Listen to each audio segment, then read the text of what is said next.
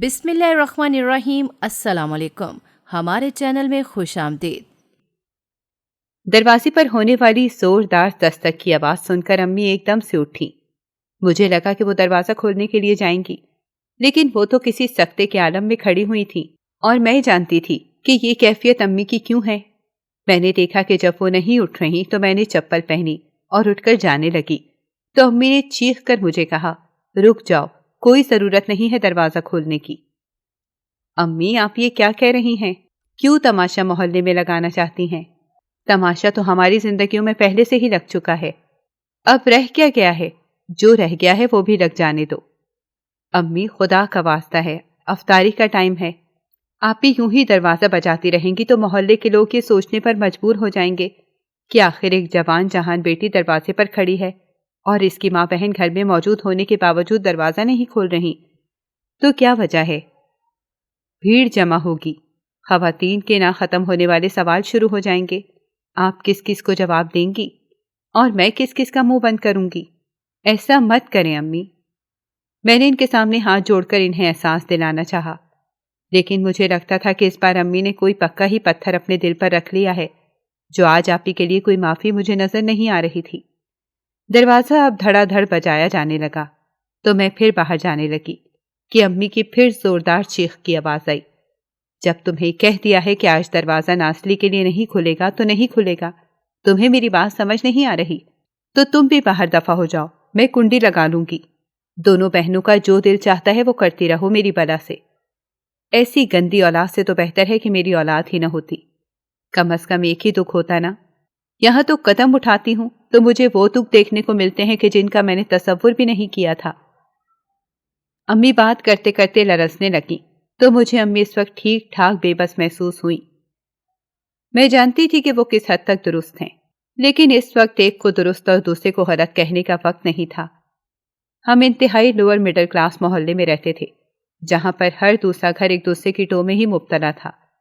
گھر کی دہلیز سے باہر نہ بھی جاؤ تو ایسا لگتا تھا جیسے ان گنت آنکھیں چار دیواری میں بیٹھے ہوئے بھی ہمیں گھور رہی ہیں۔ خواتین تو خواتین، یہاں کے مرد بھی آتے جاتے ایسے تاڑتے تھے کہ دل خوف زدہ ہو جاتا تھا۔ کہاں جا رہے ہیں، کہاں سے واپس آ رہے ہیں، کیوں جا رہے ہیں، گھر میں کون آیا کون گیا، فوراً یہ سوال پوچھتے ہوئے یہاں کے لوگ دیر نہیں کرتے تھے۔ پتہ نہیں کیوں انہیں دوسروں کی زندگیوں میں مداخلت کرنے کا چسکا پڑا ہوا تھا۔ میں تو ان باتوں سے بے حد تنگ ہوتی تھی، لیکن یہاں رہنا ہماری مجبوری تھی۔ ہم پہلے یہاں نہیں رہے تھے، اس سے پہلے جہاں رہ رہے تھے وہ کم از کم اس محلے سے بہت بہتر جگہ تھی۔ لوگ پڑھے لکھے تھے اور اپنی جاب سے منسلک تھے۔ شاذ و نادر ہی ہمیں کوئی گلی میں کھڑا دکھائی دیتا، لیکن یہاں تو ویلے اور فارغ مرد گلی کے نکڑ پر کبھی سگریٹ اور کبھی بیڑی پیتے دکھائی دیتے، تو یہاں کی خواتین ان مردوں سے بھی دو ہاتھ آگے تھیں۔ گلی میں کوئی بھی پھیری والا گزرتا، یہ خواتین فرد دروازہ کھول کر نہ صرف ان سے چیزیں لیتی بلکہ باتوں کا نہ ختم ہونے والا سلسلہ بھی جاری رکھتی۔ مجھے تو یہ سمجھ نہیں آتی تھی کہ ایسی کون سی باتیں ہیں جو ان کی ختم ہونے کا نام ہی نہیں لیتی۔ ایک سے ایک تبصرہ سننے کو ملتا تھا اور یہ تقریباً روز کا ہی معمول تھا۔ میں اس صورتحال سے بے حد تنگ تھی۔ ایک اور صورتحال تو اس سے بھی زیادہ خطرناک تھی کہ یہاں پر ان گھروں کے بچے گلیوں میں کھیلتے تھے، جس کی وجہ سے ہر وقت گلیاں کسی پلے گراؤنڈ کا منظر پیش کرتی تھیں۔ اس قدر شور ہوتا تھا کہ ایک لفظ بھی پڑھنے کا دل نہیں کرتا تھا۔ کئی بار انہیں اپنے دروازے سے بھگایا، منع کیا، مگر اس قدر ڈھیٹ بچے تھے کہ حیرت ہوتی تھی۔ اگر کبھی باہر نکل کر میں نے انہیں منع کیا، ان کی مائیں آ کر گلا کرتی کہ آخر بچے کہاں کھیلیں، کیا ہوا اگر تھوڑی دیر گلی میں کھیل لیتے ہیں، تو میں حیرت سے ان کا منہ تکتی رہتی اور ان فارغ عورتوں پر دو حرف بھیجنے کا بھی دل کرتا کہ آج کل کتنے برے حالات ہیں اور بچوں کے اغوا سے لے کر ریپ تک کے کتنے ہی واقعات سننے کو مل رہے ہیں، لیکن پتہ نہیں یہ کیسی بے غم مائیں ہیں کہ انہیں خدا خوفی ہی نہیں۔ بس بچہ پیدا کیے جانے پر ان کا زور ہوتا ہے، لیکن جہاں تک بچوں کی تربیت اور سنبھالنے کی بات ہے یہ ان سے بے پرواہ نظر آتی تھیں۔ حالانکہ اس گلی کے ایک دو بچے اغوا ہو چکے تھے، لیکن اس کے باوجود ان لوگوں میں بالکل بھی ڈر پیدا نہیں ہوا، نہ ہی ان واقعات کا ان پر اثر دکھائی دیتا تھا۔ میرے سر میں ہر وقت ان باتوں کی وجہ سے درد رہنے لگا کہ آخر اس شور کا کیا علاج ہو، اور دوسرا گھر اپنے گھر کے حالات ایسے بن گئے تھے۔ اور دوسری طرف اپنے گھر کے حالات ایسے بن گئے تھے کہ 1 منٹ کا سکون بھی میسر نہیں تھا۔ سمجھ نہیں آتی تھی کہ ہمارے گھر کو کس کی نظر کھا گئی۔ یہاں آنے سے پہلے ہمارا گھر بھی ایک مکمل گھر تھا، جس میں ہم بہنوں اور اماں کے علاوہ ہمارے سر پر باپ ایک سربراہ کے طور پر موجود تھا۔ گھر کرائے کا ہی تھا، لیکن مالک مکان کو کرایہ دینا ہو یا مکان کے حوالے سے کسی قسم کی بھی کوئی بات کرنی ہو تو وہ ابو ہی کرتے تھے۔ میری اب تک کی زندگی میں 2 بار گھر تبدیل ہوئے، تو گھر ڈھونڈنے میں ابو نے ہی تگودو کی۔ ہم نے تو بس اپنے اپنے بیگوں میں کپڑے ڈالے، باقی پورا گھر ابو نے سمیٹا، ڈبوں میں پیک کیا اور پھر گاڑی پر لاد کر اگلے گھر ہمیں خیر و عافیت کے ساتھ شفٹ کر دیا۔ لیکن اس بار جب ہم نے گھر شفٹنگ کی تو سب کچھ امی نے اور ہم دونوں بہنوں نے مل کر کیا۔ ایسا نہیں تھا کہ اس بار ہمارے سر پر ابو نہیں تھے، بلکہ ان کے ہوتے ہوئے ہم در در کی خاک چھاننے پر مجبور ہو گئے۔ گھر شفٹنگ ہم نے کسی خوشی میں نہیں کی، بلکہ بے حد مجبور ہو کر ہم اس محلے سے نکلے، جہاں پر رہنا ہمارا دشوار بن گیا تھا اور ہمیں اپنی عزتوں کے برباد ہونے کا ڈر تھا۔ اس لیے ہم ایک طرح سے منہ چھپاتے راتوں رات اس گھر سے نکلے تھے کہ دن کی روشنی میں ہمارا اس طرح نکلنا بے حد دشوار ہو جاتا۔ امی تو یہ شہر ہی چھوڑ دینا چاہتی تھی، لیکن ہم معاشی طور پر اتنے مضبوط نہیں تھے کہ جھٹ پٹ یہ شہر چھوڑ کر کسی انجان شہر میں روپوش ہو جاتے۔ میں بھی پتہ نہیں کہاں سے کہاں اپنے خیالوں میں بھٹک گئی۔ باہر سے آنے والی زوردار دستک کی آوازیں اب کافی تیز تھیں، تو میں چونک کر اپنے خیالوں کی الجھی ہوئی وادی سے باہر نکلی۔ اس سے پہلے کہ پورا محلہ اکٹھا ہو جاتا، میں کمرے سے جوں ہی باہر نکلی تو امی میرے راستے میں آن کھڑی ہوئیں، لیکن میں نے ان کی پرواہ نہ کی اور بغل سے نکلتے ہوئے دروازے کی طرف دیوانہ وار بھاگی اور تیزی سے دروازہ کھولا۔ جو ہی دروازہ کھلا، میری بہن نازلی دروازے کو زوردار دھکا مارتے ہوئے اندر داخل ہوئی کہ میں لڑکھڑا کر ایک طرف کو گر گئی۔ یہ شکر تھا کہ کرسی رکھی ہوئی تھی تو میں اس کے اوپر جا کر لگی، ورنہ میں دھڑام سے زمین پر گرتی۔ وہ تو فونفاں کرتے ہوئے اندر داخل ہوئی، لیکن میں فوراً اٹھی اور دروازے کو کنڈی لگا دی۔ اس کے اندر داخل ہوتے ہی امی تو دوسرے کمرے میں غصے سے چلی گئی، کیونکہ وہ تو اس کی شکل نہیں دیکھنا چاہتی تھی، اور کمرے میں جا کر انہوں نے اپنا دروازہ زور سے بند کر لیا۔ یہ اس بات کا اعلان تھا کہ اس کمرے میں اب کوئی نہیں آئے گا۔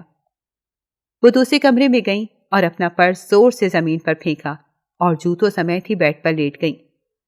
میں جو ہی کمرے میں داخل ہوئی تو وہ ایک دم سے اٹھ کر بیٹھی اور مجھے غصے سے دیکھنے لگی۔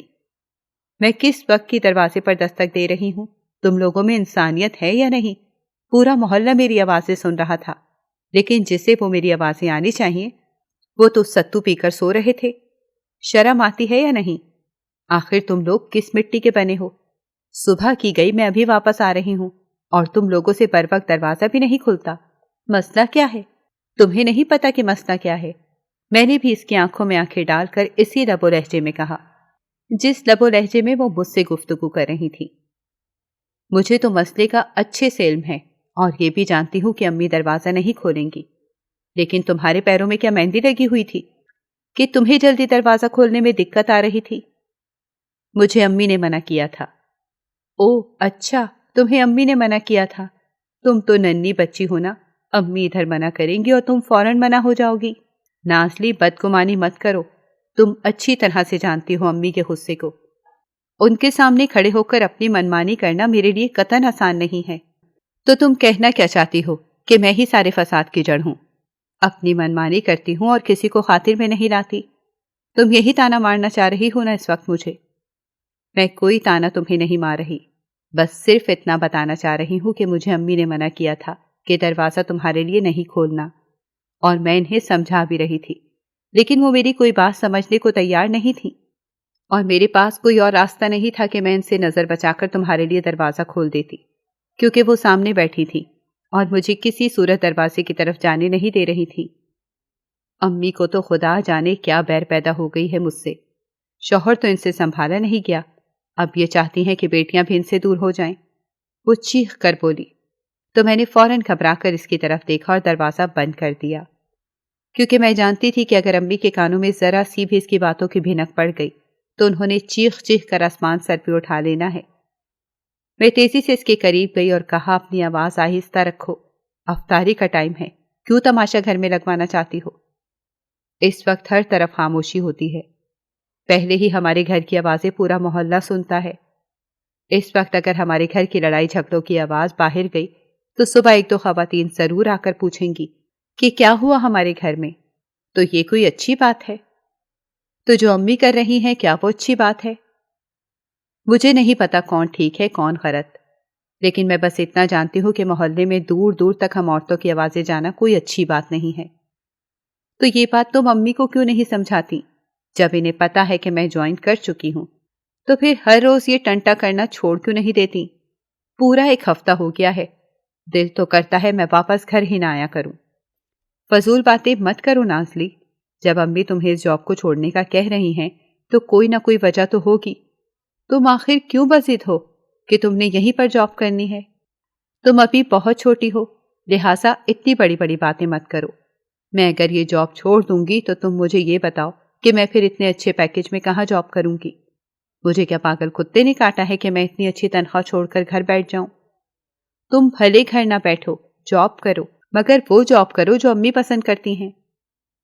ہاں، امی چاہتی ہے کہ میں 4-5 ہزار کی کسی اسکول میں ٹیچر لگ جاؤں، صبح سے دوپہر تک کھپوں اور پورے مہینے بعد جو مجھے تنخواہ ملے اس میں دال دلیا بھی پورا نہ ہو، اور پھر واپسی پر گھر آ کر ٹیوشن والے بچوں کے ساتھ سر کھپاؤں۔ تمہیں پتا ہے میرا پیکج کیا ہے، پھر بھی تم ایسی باتیں کر رہی ہو۔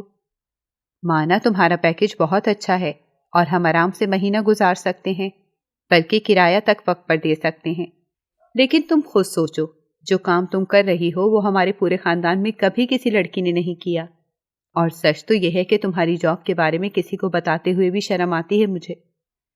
تو تم بتاؤ، تمہیں کس نے کہا ہے کہ میری جاب کا اعلان لوگوں میں کرتی پھرو؟ اور تم لوگوں کو بہت شرم آتی ہے، کمال ہے۔ اس وقت شرم نہیں آئی تھی جب گھر میں کھانے کے لالے پڑے ہوئے تھے اور تم اور امی سوچ رہے تھے کہ کہیں سے ادھار پکڑ کر کوئی کلو آٹا اور پاؤ دال لے آئیں، اور کون کرتا تم لوگوں کی روز روز مدد؟ مجھے صرف اتنی بات بتا دو، ادھار بھی 1-2 ہفتے دیا جاتا ہے، روز روز تم لوگوں کو ادھار بھی کوئی نہ دیتا۔ تو اس کی بات سن کر میں خاموش ہو گئی، کیونکہ میں جانتی تھی کہ وہ بالکل درست کہہ رہی ہے۔ میں خاموشی سے اپنی چارپائی پر جا کر بیٹھ گئی تو نازلی ایک دم سے بولی، کچھ کھانے کو ہے یا آج بھی میں بھوکی سو جاؤں؟ ٹھہرو، میں تمہارے لیے کھانا لاتی ہوں۔ کیا بنایا ہے؟ اس نے پراشتیاق آواز میں پوچھا تو میں نے کہا کہ بریانی بنائی ہے۔ تم ہاتھ منہ دھو لو، میں تمہارے لیے لے کر آتی ہوں، لیکن پہلے میں امی کو کھانا دے دوں، کیونکہ وہ روزے سے تھیں اور میں جانتی ہوں کہ وہ خود سے کچھ نہیں کھائیں گی۔ یار، امی سے کہو یہ بچوں والی حرکتیں کرنا چھوڑ دیں۔ نازلی، اب تم منہ بند کر کے بیٹھو تو زیادہ بہتر ہے۔ میں اسے آنکھیں دکھاتے ہوئے باہر کی طرف گئی۔ روزہ کھلنے میں کچھ ہی دیر رہ گئی تھی۔ میں نے فٹافٹ شربت بنائی اور ٹرے میں 2 کھجور اور شربت رکھ کر امی کے کمرے میں لے گئی۔ امی چارپائی پر چت لیٹی ہوئی تھی اور انہوں نے اپنی آنکھوں پر بازو رکھا ہوا تھا۔ میں نے ٹیبل ان کے پاس رکھ کر ٹریس پر رکھ دی اور آہستہ سے امی کے بازو پر ہاتھ رکھ کے بولی، امی، افطاری کا ٹائم نزدیک ہے، اٹھ جائیں۔ چلی جاؤ شمع، مجھے کچھ نہیں کھانا، وہ نکاحت سے بولی تو میرا دل جیسے مٹھی میں آ گیا۔ امی، چھوڑیں نہ ان باتوں کو، آپ کا بی پی پہلے ہی کافی ہائی رہتا ہے، اگر آپ نے اس طرح سے ٹینشن لی تو خدا نہ خواستہ آپ کی طبیعت زیادہ خراب نہ ہو جائے۔ اگر ایسا ہوا تو سوچیں ہم دونوں بہنوں کا کیا ہوگا۔ میری باتیں سن کر امی کی آنکھوں میں آنسو آ گئے۔ ایک تو من مانی کر رہی ہے، تم بھی اپنی من مانی کرنا، خوب گزرے گی تم دونوں بہنوں کی، میں ہوئی یا نہ ہوئی۔ امی، خدا کے لیے ایسی باتیں نہ کیا کریں۔ آنسو کا ایک گولا میرے گلے میں آن پھنسا تو امی اٹھ کر بیٹھ گئیں۔ روزہ کھلنے کا سائرن سنائی دیا تو میں نے ٹرے امی کے چارپائی پر رکھ دی اور پھر کچن میں آ کر ناشتے کے لیے بریانی نکالنے لگی۔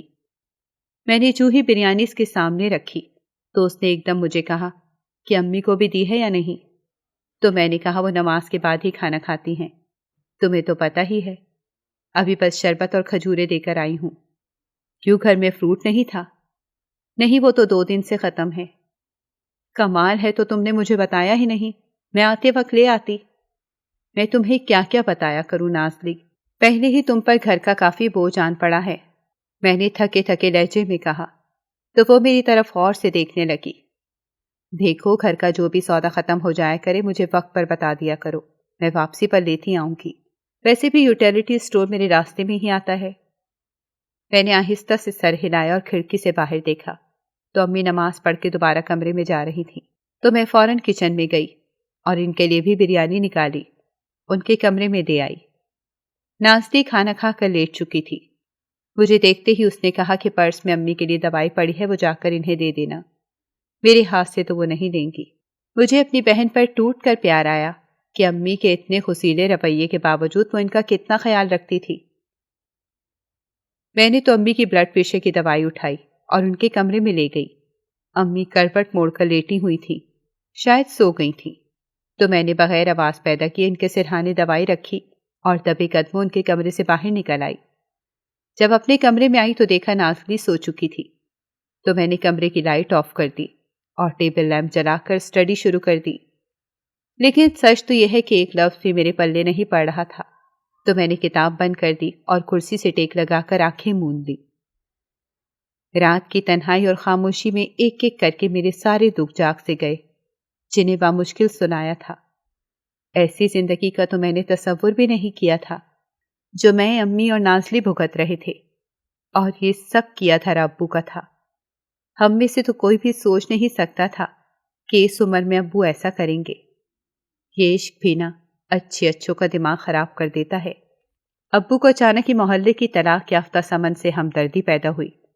دوڑ دوڑ کر اس کے کام کرتے، کبھی سودا سلف لاتے تو کبھی گوشت کے لیے مارکیٹ کے چکر لگاتے، کبھی اس کے گھر کا پانی کا نل خراب ہو جاتا تو وہ ٹھیک کر رہے ہوتے، تو کبھی کیبل خراب ہوتی تو وہ فوراً کیبل والے کو لے کر اس کے گھر پہنچ جاتے۔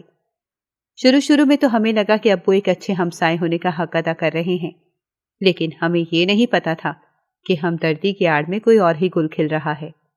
حالانکہ امی نے ایک عمر گزاری تھی، وہ بھی آخر تک نہ سمجھ پائیں، لیکن جب محلے کے کچھ لوگوں نے ابو کو ان کے گھر میں راتوں کو جاتے ہوئے دیکھا تو انہوں نے آ کر امی کو بڑی باتیں سنائیں کہ آپ کے شوہر نے یہ کیا کام شروع کر رکھا ہے۔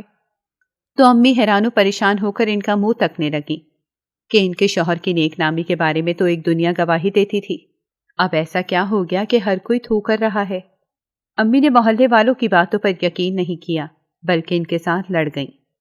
جس طرح ہمارے محلے والوں نے خبر پہنچائی تھی، اسی طرح سمن کے بھائیوں کو بھی ان معاملات کا پتہ چلا تو وہ سخت آگ بگولا ہو گئے اور ایک دن ہمارے گھر آ کر ابو کو باقاعدہ دھمکی دے کر گئے کہ آئندہ اگر آپ ہماری بہن کے گھر کے آس پاس بھی نظر آئے تو آپ کی خیر نہیں ہوگی۔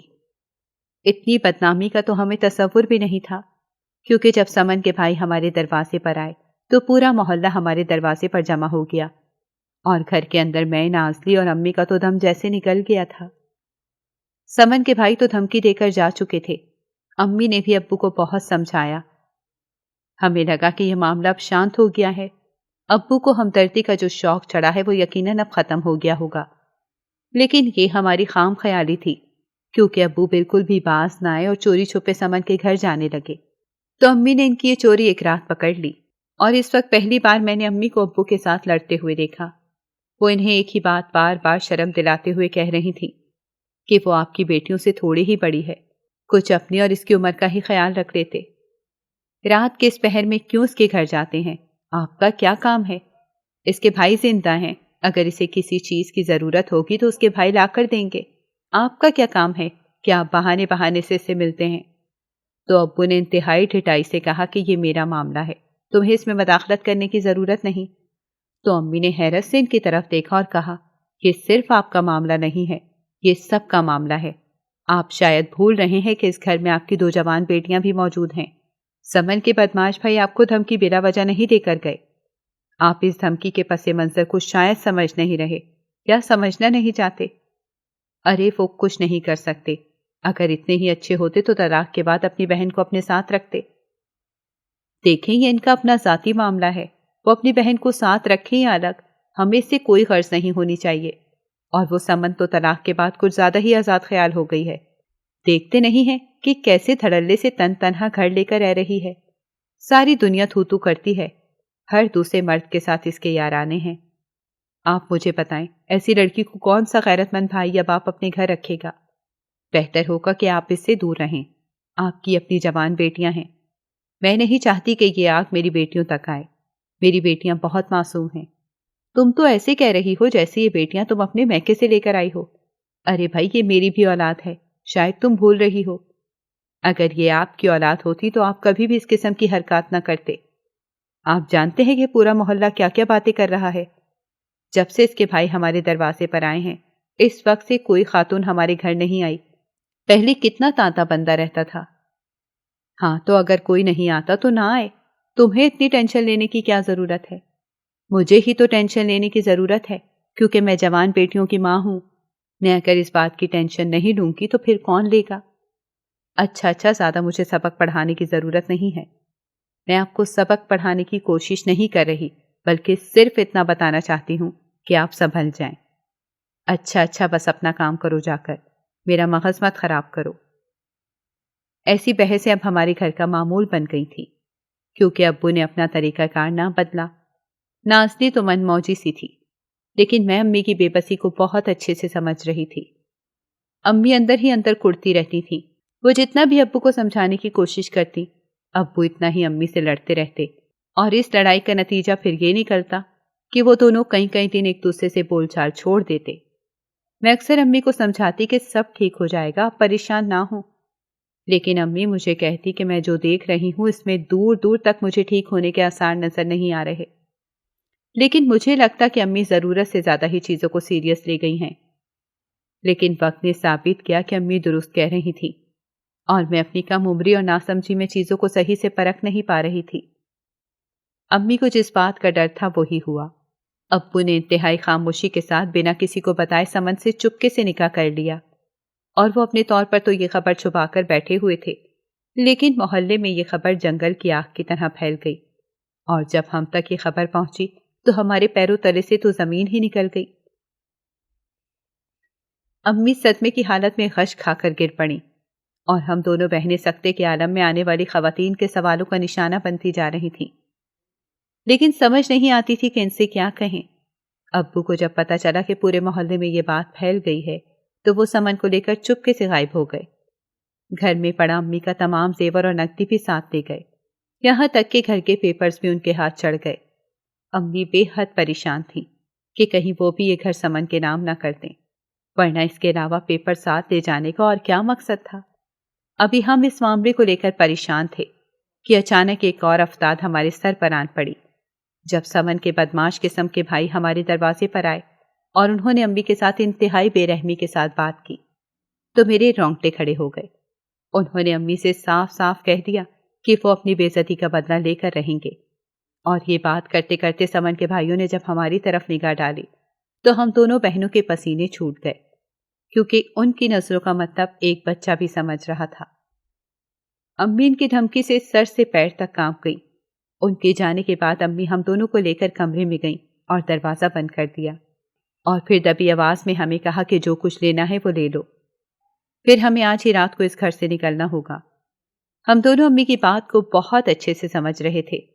چونکہ نازلی مجھ سے 1 سال بڑی تھی تو وہ مجھ سے بھی زیادہ پریشانی میں بولی، لیکن امی ہم آدھی رات کو اگر نکلتے بھی ہیں تو کہاں جائیں گے؟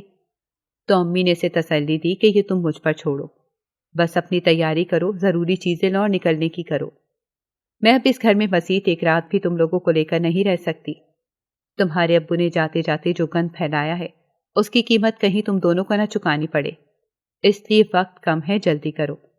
ہم دونوں بہنوں نے جہاں فقط اپنے کپڑے بیگ میں رکھے وہاں پر امی کے کپڑے بھی بیگ میں ڈالے، کیونکہ وہ تو اپنے بے جان جسم کے ساتھ اس گھر کے در و دیوار کو اپنی نمناک آنکھوں سے تکے جا رہی تھیں، جہاں سے اس بے سر و سامانی کے عالم میں نکلنے کا خیال ہی جان نکالنے کے لیے کافی تھا۔ مجھے رہ رہ کر ابو کا خیال آتا کہ وہ تو ایسے غائب ہوئے کہ اپنا کوئی نشان بھی نہیں چھوڑا، نہ ہی پلٹ کر ہم سے رابطہ کیا۔ یہ کیسا باپ تھا ہمارا کہ اسے ہماری مشکلات کا بھی اندازہ نہ ہو سکا۔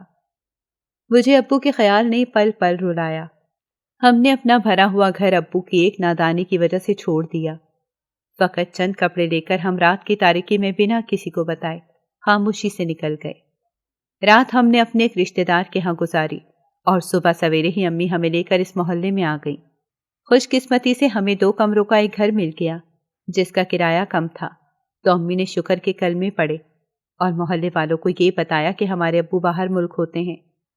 یوں ہم 3 عورتوں کو اکیلا دیکھ کر محلے والوں کی چیمہ گوئیاں ختم ہو گئیں۔ اب اگلا مرحلہ گزر اوقات کا تھا۔ امی کے پاس جو جمع پونجی تھی وہ تیزی سے ختم ہونے لگی، تو نازلی نے نوکری کرنے کی ٹھانی۔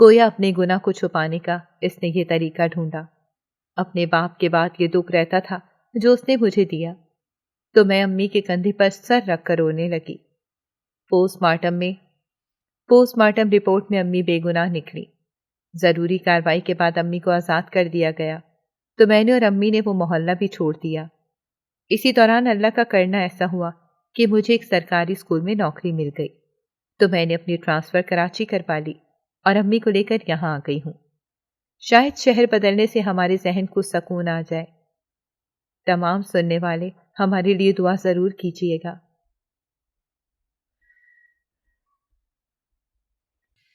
ناظرین، اگر آپ کو ہماری کہانی اچھی لگی ہے تو ویڈیو کو لائک کریں، شیئر کریں اور ہمارے چینل کو سبسکرائب کریں۔ اگلی ویڈیو تک اجازت دیں۔ اللہ حافظ۔